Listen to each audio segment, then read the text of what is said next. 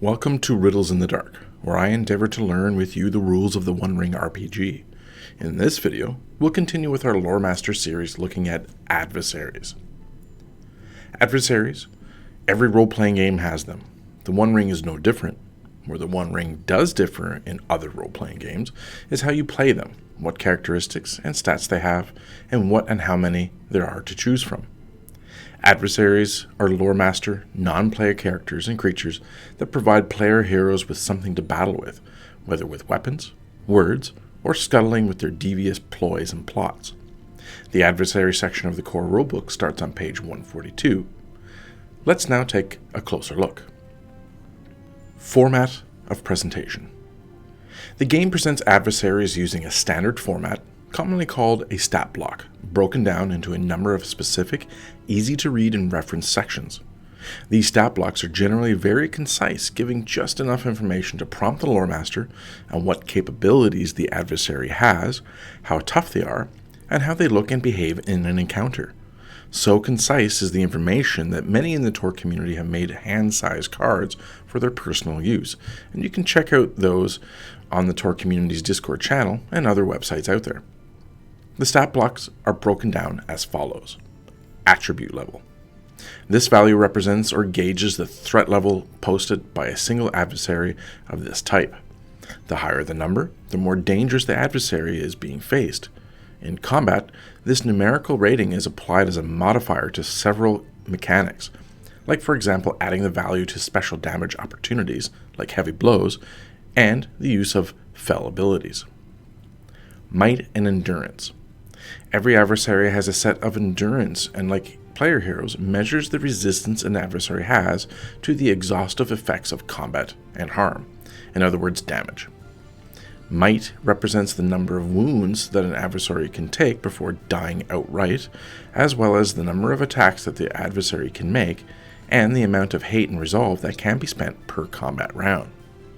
Note: all adversaries are taken out of combat when endurance is reduced to 0. Adversaries can use all available attacks allowed on one target, or multiple targets in the same round. For example, if an adversary has Might 2, they can make 2 attacks, either to one target or to 2. Hate or resolve. These numerical values represent the power an adversary has in fueling their special abilities, and in game terms, it's equivalent to a player hero's hope points. A Loremaster can use hate and resolve in the following ways: reducing or using to make the adversary gain 1d on a die roll during combat. Often, spending a point to use a fell ability. And an adversary with no remaining hate or resolve is considered wary. What's the difference between hate and resolve, you ask? Mechanically, there's no difference, but narratively, there's a unique difference in how a Loremaster should roleplay the motivations of an adversary with either. Hate, as an example, are direct minions or servants of the enemy. Their actions are not easily misinterpreted, as they always aim to harm, hurt, or otherwise damage the player heroes in one way or another, desiring only to serve their master's will. All minions of Sauron and all monstrous creatures have a hate rating.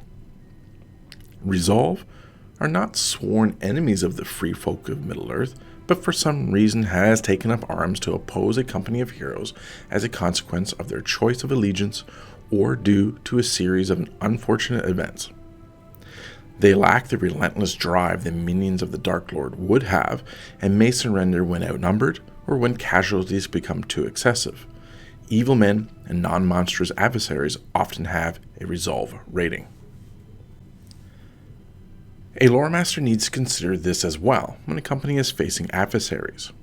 Attacking an adversary that has resolve versus hate, a Loremaster must gauge whether this is a misdeed or not, especially if the combat ends with the player hero killing the adversary and the combat was unprovoked. To ascertain this, Loremasters can ask themselves some very simple questions. Was the fight provoked by the player heroes, or were they attacked? Was there another option in combat? Was killing necessary, or were the adversaries prone to surrender? For me, this is one of the key elements of the One Ring that separates it from other tabletop role-playing games like D&D, Mort Borg, or others. Player heroes need to consider their actions at all times, and killing foes just because they are foes doesn't mean it's a good thing, and can be just as detrimental to the characters as physical endurance losses. Parry. Like player heroes, the parry rating is a numerical modifier that is added to the strength target number of any player hero trying to hit the adversary in combat. Armor. Like the armor rating, granting extra dice for protection tests, this number is used by the Loremaster to add dice for the adversary to resist taking a wound on a piercing blow. Combat proficiencies. Each adversary has a primary form of attack, and usually a secondary, and represents the main means of attacking player heroes. Each is listed with the attack form, like crush, spear, sword, followed by its rating, how many dice is rolled for the attack. Next, the damage and injury rating, the target number of a player hero needs to roll against the protection test. And finally, any special damage opportunities on a successful hit, and scoring any extra success dice or tangwars. Here's the list of special damage options that may be available and is dependent on the adversary themselves. Like player heroes, the Loremaster can spend the adversary's success dice rolled on heavy blows, adding, as stated earlier, their attribute number to the damage of the attack. Pierce, modifying the feat die result of the attack by +2, possibly causing a piercing blow, and protection test for the player hero. And Seize, meaning the adversary holds and grapples the target, causing the victims to fight in a forward stance, and only making brawling attacks. Seized heroes may free themselves spending a tangwar or success icon rolled from a success attack during their turn. Break Shield is an adversary-specific special damage option where the attack strikes repeatedly at the shield of a target player hero, smashing it to pieces. The player hero loses their shield bonus it had once given. Note, a shield enhanced by rewards or magical qualities cannot be smashed, and therefore resists this special damage option. Fel abilities. Almost all adversaries have a special set of talents representing innate powers or behaviors. Each stat block lists the fel abilities unique and available for that adversary. There are also common fel abilities depending on the creature type. For instance, all undead have the Deathless, Heartless, and Thing of Terror fel abilities. The Loremaster is free to use a fel ability even when it requires the use of the last hate or resolve possessed by the adversary. And, unless otherwise noted, fel abilities can be used, up to the maximum might score, on top of the allowed attacks, meaning an adversary can attack with a weapon or other combat proficiency attack and still use fel abilities, as long as they have the points to spend.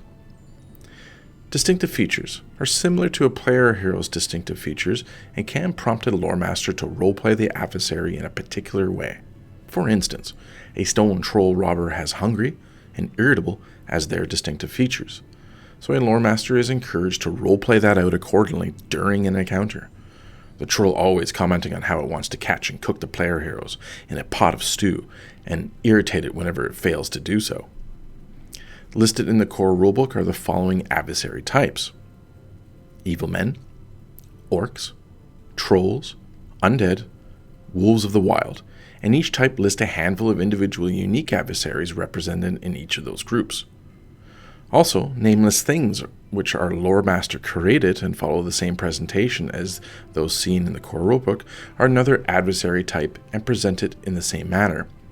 And we'll cover and look at that how to create nameless things in another video.